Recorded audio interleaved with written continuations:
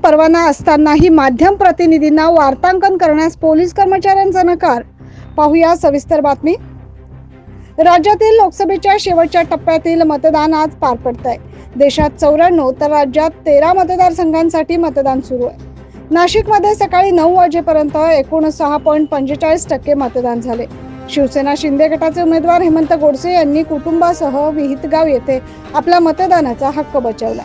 यावेळी माध्यम प्रतिनिधींना निवडणूक आयोगाकडून पास दिलेले असताना देखील बंदोबस्तावर तैनात असलेले पोलीस कर्मचारी हे माध्यम प्रतिनिधींना आतमध्ये प्रवेश देत नसल्याने पोलीस कर्मचारी आणि माध्यम प्रतिनिधी यांच्यात विहितगाव मतदान केंद्रावर काही काळ गोंधळ उडाल्याचं पाहायला मिळालंय।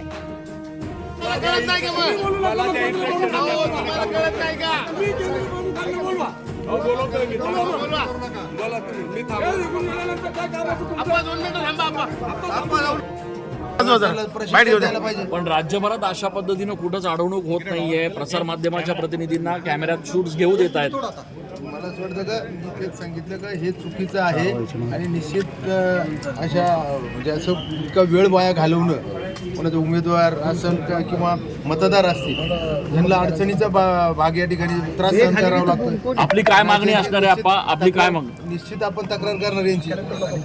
निश्चित अशा सर्वच अधिकाऱ्यांना खऱ्या अर्थानं प्रशिक्षण देण्याची आवश्यकता आहे की निवडणुकीच्या वेळेस कुठल्या काय काय नियमावली असतील तरी कोणाला आपण अडवायला पाहिजे अशा पद्धतीची माहिती नसल्या कारणाने मला असं वाटतं का त्या ठिकाणी।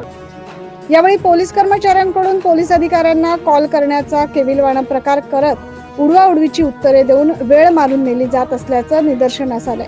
माध्यम प्रतिनिधींना निवडणूक आयोगाकडून परवाना दिलेला असतानाही पोलीस कर्मचाऱ्यांकडून अडवणूक करण्यात आल्याने काही काळ मतदान केंद्रावर गोंधळ उडालेला पाहायला मिळाला। 9 न्यूज महाराष्ट्रासाठी प्रतिनिधी जितेंद्र नरवाडे।